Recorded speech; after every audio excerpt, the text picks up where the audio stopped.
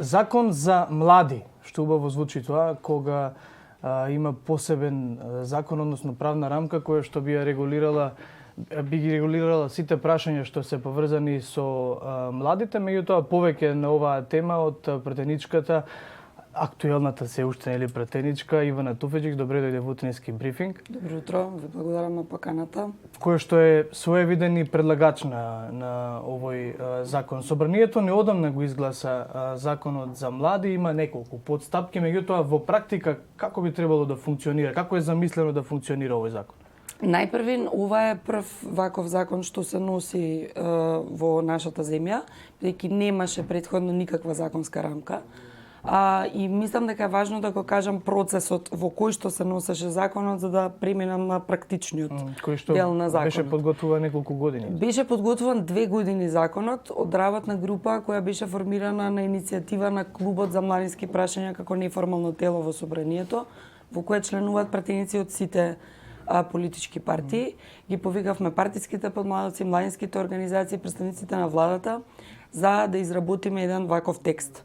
Тргнавме и со компаративни искуства, меѓутоа и со искуства на младинските организации, така што беше подржан целиот тој проект од мисијата на ОПСЕ, од NDI, на кој што многу сме им благодарни, и стигнавме до текст кој што помена низа консултации и теренски и јавни консултации во собранието. Стигнавме до текст кој што во моментов ги препознава формите на младинско организирање во земјата. Тоа се младинските организации, организациите за млади, чадор организациите, партиските подмладоци. И понатаму преминавме на учеството на младите како еден организиран концепт во носењето на одлуки на национално и на локално ниво.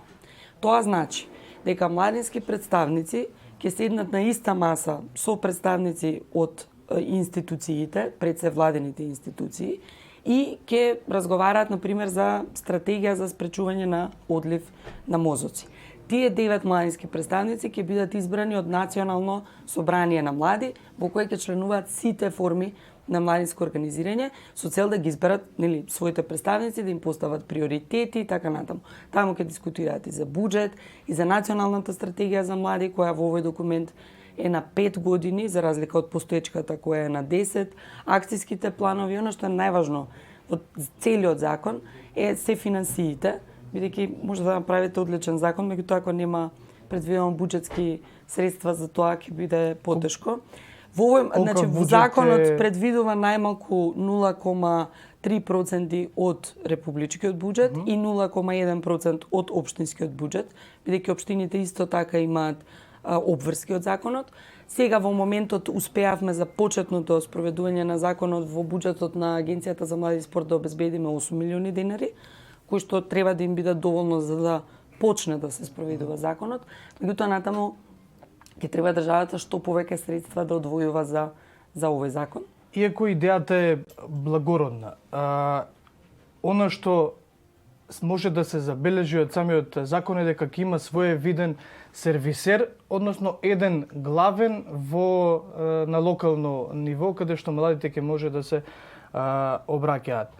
Меѓутоа, кој е гаранторот дека политичките партии нема да го окупираат еден тој главен кој што ќе треба младите да се не зборуваме за главен, зборуваме дека ќе има службеник за млади во сите институции, значи службеник кој што ќе биде определен за млади во сите институции и во општините.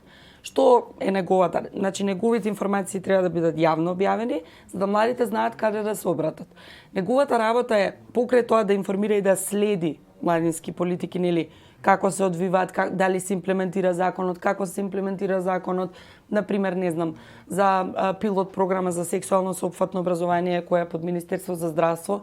Тој службеник за млади би требало да ги има сите информации во однос на таа програма, доколку му се јават млади луѓе, доколку го контактираат. Треба меѓутоа кој е гаранторот дека во законот има рок во кој што тоа треба да се спроведе. Затоа не е потребно да менувате комплетно систематизација на работни места и така натаму, туку само секој орган да го спроведе. Гаранторот е дека сите политички партии застанаа за овој закон внатре во законодавниот дом и во текот на целиот процес, што е многу Добро, што е што не многу значи важно. дека не им одговара на партиите, така? Па Особено на локално ниво многу е на локално ниво не го гледајте тој службеник дека треба да исполнува нечии желби. А да, не значи треба, тоа е така. службеник кој што е прва е институционална или општинска точка на младиот човек за да се информира за своите права и обврски. Ќе има и канцеларија за млади во секоја општина, која што треба да им биде примарна точка на пристап на младите луѓе во нивната општина и на крај се предвидуваат и младински центри. Со младинските центри ќе раководат младински работници. Значи, прилично е дисперзиран тој систем, бидејќи се трудевме, кога го правевме законот, се трудевме да воспоставиме еден организиран систем во кој младиот човек, бидејќи во овој момент го немате тоа, да воспоставиме еден организиран систем во кој што младиот човек каде и да отиде, може да најде контакт и да разговара за своите права и обврски. Најбидејќи во утрински брифинг темите прилично брзо се менуваат, како ќе се мери ефикасноста и резултатите од овој закон? Тоа ќе го мерат и собранието во следниот состав, меѓутоа најмногу ќе го мерат тие кои што учествуваат во процесот, а тоа се младинските организации, партиските подмладоци, бидејќи некаде веројатно ќе се запнува. Значи сега ќе видиме, ова е само една базична рамка околу која треба да почнеме. А понатаму ќе видиме дали ќе се јавуваат пречки во тоа што сме го предвиделе за да може некој следен состав да се занимава со ова прашање. Ова е многу важно за младите во земјата, бидејќи ќе можат организирано да бидат представени, односно нивните права, барања, идеи, предлози, ќе бидат организирано представени пред институциите и тоа е клучно. Немаме уште многу време, наред е контрапункт, меѓутоа ќе искористам приликата со оглед на тоа што малку надвор од законот за млади. Ни предстојат нови избори, нов парламентарен состав. Ивана Туфеџи ќе ја видиме на листите. Уште е рано да зборуваме за тие прашања, Да. така што тоа од како ќе се распушти парламентот ќе информирам јавноста околу тоа прашање. Добро, во ред. Ивана Туфеџи, ти благодарам што одвои време за утрински брифинг.